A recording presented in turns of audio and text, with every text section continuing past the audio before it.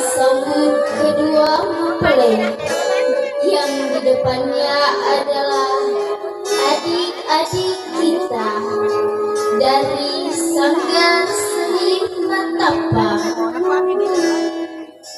Dengan senyuman manisnya mengantar kedua mempelai ke pelaminan sebagai raja